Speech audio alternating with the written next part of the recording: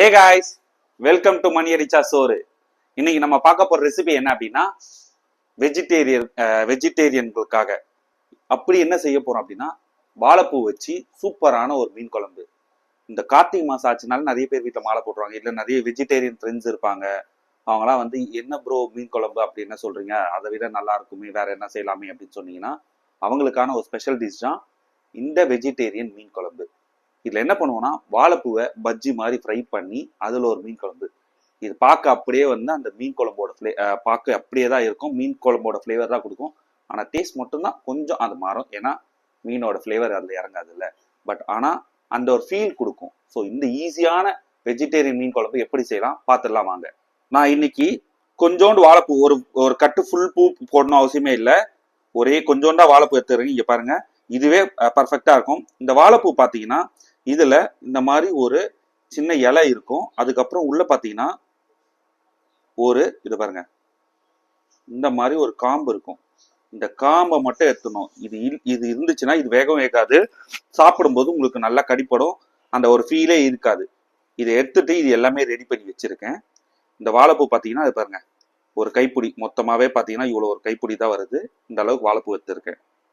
சின்ன வெங்காயம் ஒரு கப்பு, அதாவது ஒரு 20 பல்லு. சின்ன தக்காளி 4 நம்பர் அரைச்சு வச்சிருக்கேன். ஒரு 15 பல் பூண்டு. பூண்டு பாத்தீங்கன்னா சின்ன சின்ன பூண்டு, அதனால 15 பல் போட்டிருக்கேன். பெரிய பூண்டா இருந்தா ஒரு 7ல இருந்து 8 நம்பர். 3 பச்சை மிளகா கீரி வச்சிருக்கேன்.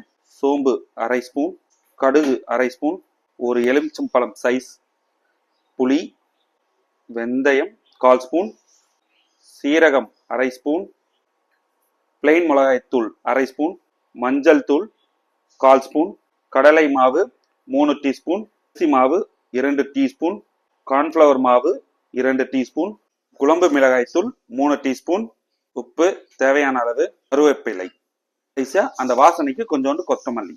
ஃபர்ஸ்ட் நம்ம என்ன பண்ண போறோம்னா இந்த வாழைப்பூ இருக்குல்ல, வாழைப்பூவெல்லாம் நல்லா பஜ்ஜிக்கு ஒரு பேட்டர் ரெடி பண்ணி அது மாதிரி ஃப்ரை பண்ணி எடுத்துக்க போறோம். அதுதான் பாத்தீங்கன்னா அந்த பஜ்ஜி மாவு இருக்குல்ல, இதுதான் வந்து அந்த ஃபீலே கொடுக்கும். உங்களுக்கு பார்க்கும்போது அந்த மீன் மாதிரி ஃபீல். ஃபர்ஸ்ட் இதை ரெடி பண்ணிக்கணும்.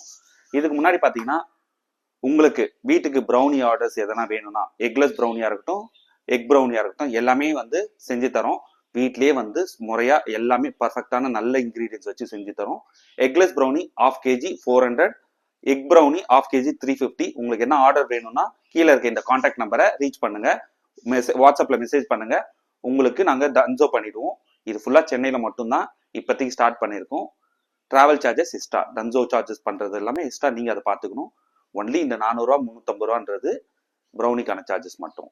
இப்போ இந்த வாழைப்பூ வந்து எப்படி ஃப்ரை பண்ணலாம், இதுக்கான பேட்டர் எப்படி ரெடி பண்றது பார்த்துலாம் வாங்க. இப்போ இந்த பேட்டர் செய்ய 3 டீஸ்பூன் கடலை மாவு, 2 டீஸ்பூன் அரிசி மாவு. நம்ம அரிசி மாவு எவ்வளவு எடுத்தோமோ அதே அளவுக்கு 2 டீஸ்பூன் கார்ன்ஃப்ளவர் மாவு. இந்த கார்ன்ஃப்ளவர் மாவு என்ன பண்ணும்னா இந்த பேட்டரை அது கூட நல்லா ஸ்டிக்கா பிடிக்கிறதுக்கு உதவும். இது கூடவே 1/2 டீஸ்பூன் பிளெயின் மிளகாய் தூள், 1/4 டீஸ்பூன் மஞ்சள் தூள், உப்பு இதுக்கு தேவையான அளவு. நான் பாத்தீங்கன்னா ஒரு 1/4 ஸ்பூன் போடுறேன், ரொம்பலாம் இல்லை, 1/4 ஸ்பூன், சும்மா ஒரு சிட்டிகை, அவ்வளவுதான்.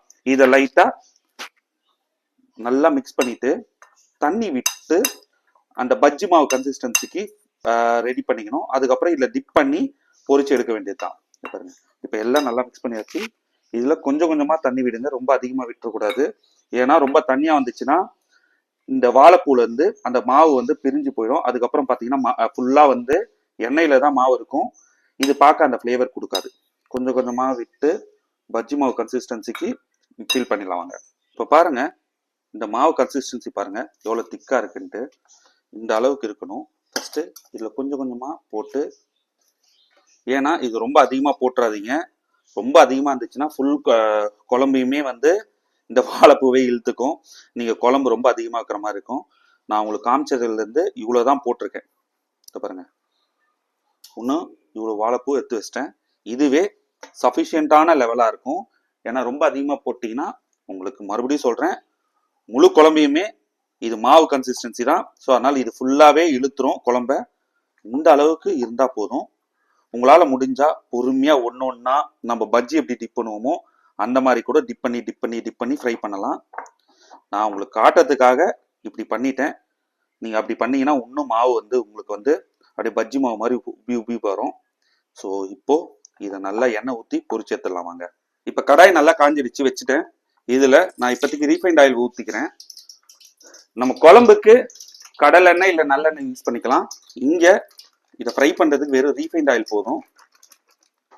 இது நல்லா காயட்டும். காஞ்ச உடனே ஒன்று ஒன்றா போட்டு, நீங்க பக்கோடா மாதிரிலாம் போடாம ஒன்று ஒன்றா தனித்தனியா போட்டு தான் ஃப்ரை பண்ணணும். இதை நல்லா ஃப்ரை பண்ணி எடுத்துடலாம் வாங்க. இப்போ எண்ணெய் காஞ்சிடுச்சு, நம்ம ஒன்று ஒன்றா போட்டுடலாம் வாங்க.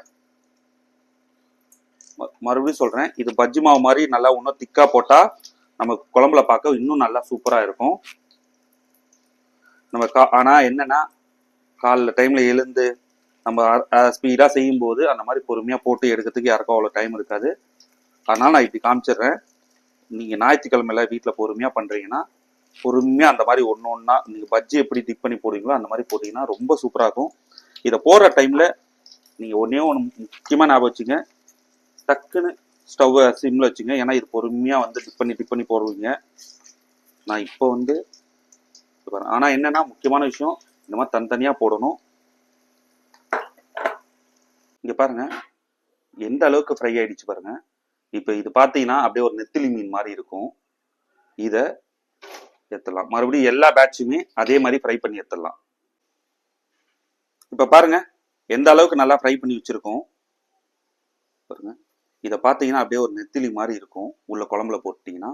இப்போ நம்ம சட்டியை ஏற்றியாச்சு. இதுல ஃபர்ஸ்ட் கொஞ்சம் சட்டி நல்லா காஞ்ச உடனே கடலெண்ணெயோ நல்லெண்ணெயோ உங்களுக்கு என்ன வேணுமோ அதை ஊற்றிட்டு அதுக்கப்புறம் நம்ம அடுத்த மசாலா போட்டுடலாம் வாங்க. நான் கடலெண்ணெய் யூஸ் பண்ணிக்கிறேன். ஒரு 4லேருந்து 5 ஸ்பூன் கடலெண்ணெய். ஏன்னா கடைசியா குழம்பு இறக்கிறதுக்கு முன்னாடி ஒரு 2 ஸ்பூன் நல்லெண்ணெய் ஊற்றிட்டு தான் இறக்குவேன். அதனால இப்போ வந்து ஒரு 4லேருந்து 5 ஸ்பூன் மட்டும் கடலெண்ணெய் யூஸ் பண்றேன். இந்த கடலெண்ணெய் கொஞ்சம் நல்லா காயணும். காஞ்ச உடனே நம்ம எடுத்து வச்சிருக்க வெந்தயம், கடுகு, சோம்பு, சீரகம் இது எல்லாம் போட்டு கொஞ்சம் வதக்கணும். அவ்வளவுதான். எண்ணெய் நல்லா காஞ்சிடுச்சு. கடுகு, வெந்தயம், சீரகம், சோம்பு இது எல்லாம் போட்டு லைட்டா வதக்குங்க. முக்கியமான விஷயம், வெந்தயம் மட்டும் கலர் மாறக்கூடாதுங்க. ஏன்னா வெந்தயம் கலர் மாறிச்சு அப்படின்னா அப்படியே கரிஞ்சிடும். அப்படியே வந்து டேஸ்டே வந்து ஒரு கசப்பு எடுத்துக்கும். இதை பாருங்க எண்ணெய் நல்லா காஞ்சிருந்தாலும் கடுகு உடனே பொரிஞ்சிருச்சு. இதுவுமே பாருங்க எல்லாம் டக்குன்னு கலர் மாற ஆரம்பிச்சிச்சு. எல்லாம் டக்குன்னு வதங்கிடுச்சு. உடனே நம்ம எடுத்து வச்சிருக்க சின்ன வெங்காயம் மொத்தமா பாருங்க, நான் ஒரு 4 பேருக்கு குழம்பு வைக்கிறேன். ஒரு 15லேருந்து 20 சின்ன வெங்காயம் தான் போட்டிருக்கேன். இவ்வளவுதான் சின்ன வெங்காயம் போட்டிருக்கேன். இந்த சின்ன வெங்காயம் கூடவே நம்ம எடுத்து வச்சிருக்க பச்சை மிளகா, இந்த 3 பச்சை மிளகாவை நல்லா கீறி இதுல போட்டு இது ஒரு 50%லேருந்து 60 வதங்கிடுச்சுன்னா நம்ம அரைச்சி வச்சிருக்க தக்காளியை ஊற்றிக்கலாம். நான் ஏன் இங்க தக்காளி அரைச்சி யூஸ் பண்றேன்னு சொல்லிடுறேன். தக்காளி நம்ம அரைச்சி யூஸ் பண்ணும்போது குழம்பு வந்து கன்சிஸ்டன்சி சூப்பரா இருக்கும். அந்த ஒரு திக்கா இருக்கும். At the same time taste வந்து அந்த புளிப்பு டிஞ்ச் இருக்குல்ல, நீங்க புளியை கொஞ்சம் கம்மி பண்ணிக்கலாம். இந்த தக்காளியில இருக்க புளிப்பு டிஞ்ச் சூப்பரா இருக்கும் குழம்புல. அட் த சேம் டைம் இந்த வாழைப்பூவோட எசன்ஸ் அதில் இறங்கிச்சுன்னா பட்டாசா இருக்குங்க. இது நல்லா வதங்கட்டும், அதுக்கப்புறம் பார்க்கலாம். பாருங்க போட்டு ஒரு நிமிஷம். இப்போ கூடவே நம்ம எடுத்து வச்சிருக்க பூண்டும் போட்டுடுறேன். இது எல்லாமே சேர்ந்து இது கூட வதங்கணுங்க. இந்த பூண்டோட ஃப்ளேவர்லாம், பூண்டு முடிஞ்சா உங்களுக்கு வேணும்னா நல்லா ஃபைனா சாப் பண்ணி போடுங்க, இன்னும் சூப்பரா இருக்கும். இந்த அளவுக்கு வதங்கிடுச்சு. இந்த டைம்ல நம்ம எடுத்து வச்சிருக்க தக்காளி ஊற்றிடுறோம். தக்காளி ஊற்றி இந்த இப்ப பாத்தீங்கன்னா ஸ்டவ்வை அடுப்பை கொஞ்சம் சிம்ல வச்சிருக்கோம். ரொம்ப இல்லை, லைட்டா சிம்ல வச்சிருக்கோம். ஏன்னா ஓவரா ஹீட் இருக்கும், டக்குன்னு இது வதங்கிடும். இப்போ இந்த அரைச்சி வச்சிருக்கோம்ல, இதுல கொஞ்சம் தண்ணி ஊற்றிடலாம் வாங்க. பாருங்க லைட்டா கொஞ்சம் தண்ணி ஊத்திட்டேன். இதுலயே நம்ம எடுத்து வச்சிருக்க கருவேப்பிலை போடுறேன். கருவேப்பிலை எல்லா டிஷ்லையும் மறுபடியும் சொல்றேன், ரொம்ப யூஸ் பண்ணிக்கோங்க. அந்த ஃப்ளேவர் அது ரொம்ப ரொம்ப ரொம்ப ரொம்ப உடம்புக்கு நல்லது.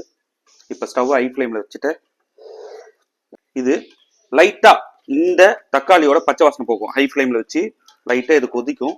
இந்த தக்காளியோட பச்சை வாசனை போகும்போது நம்ம மிளகாத்தூள், மஞ்சத்தூள், உப்பு எல்லாம் போட்டுக்கலாம்.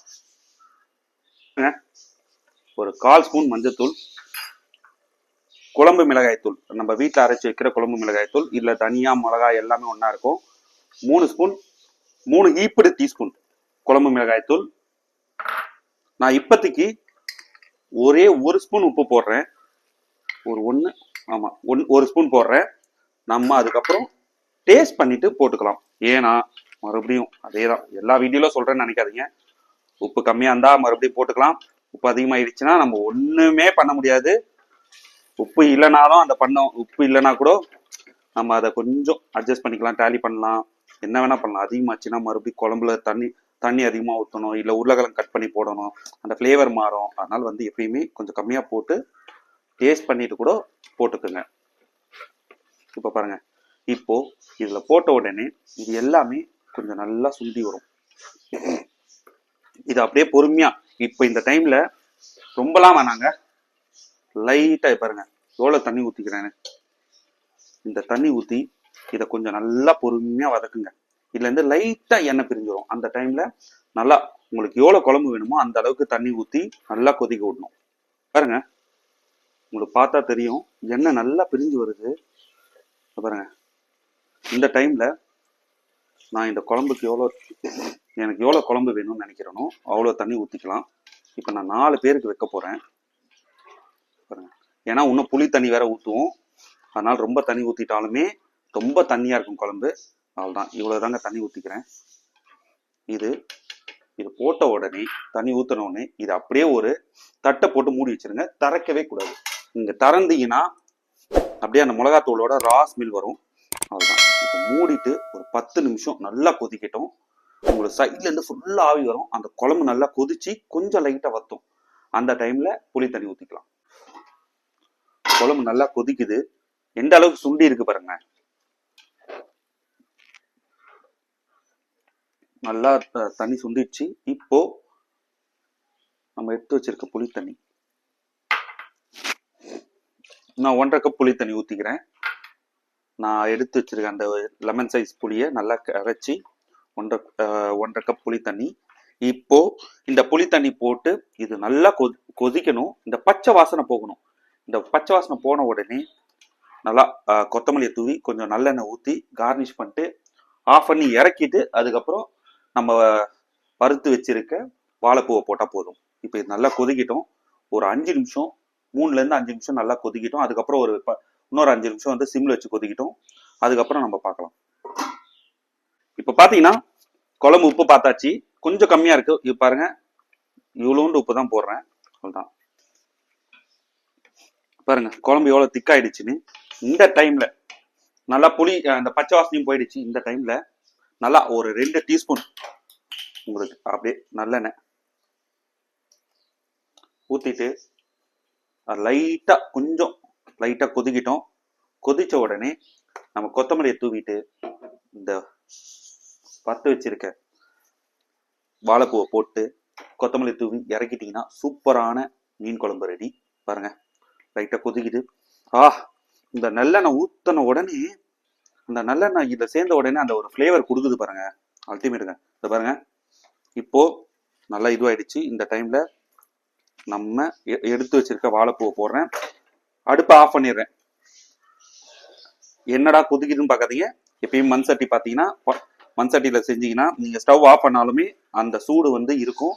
அதில் கொதிச்சுக்கிட்டே தான் இருக்கும். என்ன இது ஆஃப் பண்ணிட்டாங்களே கொதிக்குதுன்னா நிறைய பேர் தெரியாது. மண் சட்டியில செய்யறவங்களுக்கு கண்டிப்பா தெரிஞ்சிருக்கும். பாருங்க, லைட்டா அப்படி டிப் பண்ணி விட்டுருங்க. இதை பாருங்க, இதை டிப் பண்ண உடனே பாருங்க அப்படியே உங்களுக்கு தெரியும், அப்படியே நெத்திலி மீன் மாதிரியே இருக்கு பாருங்க. பார்க்க அந்த ஒரு ஃபீல் கொடுக்கும். இது மேல நல்லா கொத்தமல்லி வேணும்னா நீங்க போட்டுக்கலாம். பாருங்க, கொத்தமல்லி போட்டாச்சு. ஸ்டவ் ஆஃப் பண்ணியாச்சு. ஒரு 5 நிமிஷம் கழிச்சு டேஸ்ட் பண்ணிடலாம் வாங்க. என்னோட ஸ்டைல்ல வெஜ் மீன் குழம்பு ரெடி ஆயிடுச்சு. ஃபர்ஸ்ட் டேஸ்ட் பண்ணிடலாம் வாங்க. குழம்பு டேஸ்ட் பண்ணிடலாம். இது பாருங்க, நெத்திலி மீன் மாதிரியே இருக்கு பாருங்க.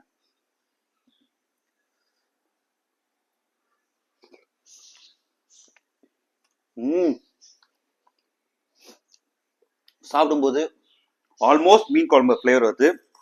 இப்போ நம்ம ரைஸ்ல ஊற்றி சாப்பிடலாம் வாங்க. நான் ரைஸ் எடுத்து வச்சிருக்கேன், சூடா ரைஸ். அதுல குழம்புமே ஆல்மோஸ்ட் மீன் குழம்பு ஃபிளேவர் தாங்க இருக்கு. ஆல்மோஸ்ட் அந்த ஃபிளேவர் வந்துடுச்சு.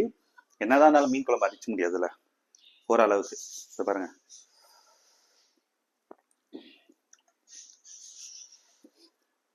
கொஞ்சம் சத்தம் கேட்கும், கோச்சிக்காதீங்க. ஆல்ரெடி சொன்னதுதான், லவ் பேர்ட்ஸ் கொஞ்சம் காலைல டைம்ல ரொம்ப சத்தம் போட்டுட்டே இருப்பாங்க. பாருங்க,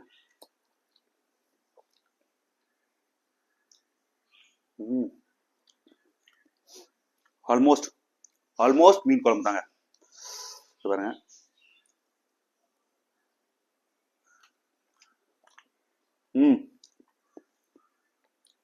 என்ன சொல்றேன், நீங்க கண்டிப்பா செஞ்சு பார்க்கணும். ஆனா என்னன்னா, முக்கியமான விஷயம், நம்ம வறுத்து வச்சிருக்கோம்ல வாழைப்பூ, நீங்க எப்ப சாப்பிட போறீங்களோ சாப்பிட்றதுக்கு ஒரு 5 நிமிஷத்துக்கு முன்னாடி போட்டு அதுக்கப்புறம் எடுத்து சாப்பிடுங்க. ஏன்னா ரொம்ப நேரம் ஊறிச்சுன்னா அது ஒரு மாதிரி சாகி ஆயிடும்.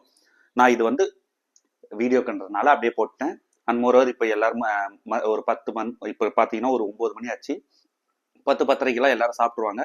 அதனால தான் நீங்க ஆனா சுட சுட சுட்டு வறுத்து எடுத்து உடனே ஒரு போட்டு ஒரு 5 நிமிஷம் கழிச்சு சாப்பிட்டீங்கன்னா இன்னும் சூப்பரா இருக்குங்க. நான் என்னோட ஃபீஸ்ட்டை என்ஜாய் பண்றேன். நீங்களும் இந்த வீடியோ உங்களுக்கு பிடிச்சிருந்தா லைக் பண்ணுங்க, கமெண்ட் பண்ணுங்க, உங்க ஃப்ரெண்ட்ஸுக்கு ஷேர் பண்ணுங்க. அண்ட் மறக்காம மணியா டிச்சாஸ் ஒரு சேனலை சப்ஸ்கிரைப் பண்ணுங்க. ப்ரௌனி ஆர்டர்ஸ் எதுனா வேணும்னா மறக்காம மறுபடியும் இந்த கீழே இருக்க நம்பருக்கு கான்டாக்ட் பண்ணுங்க. தேங்க்யூ கைஸ், பாய். இன்னொரு வீடியோல பார்க்கலாம்.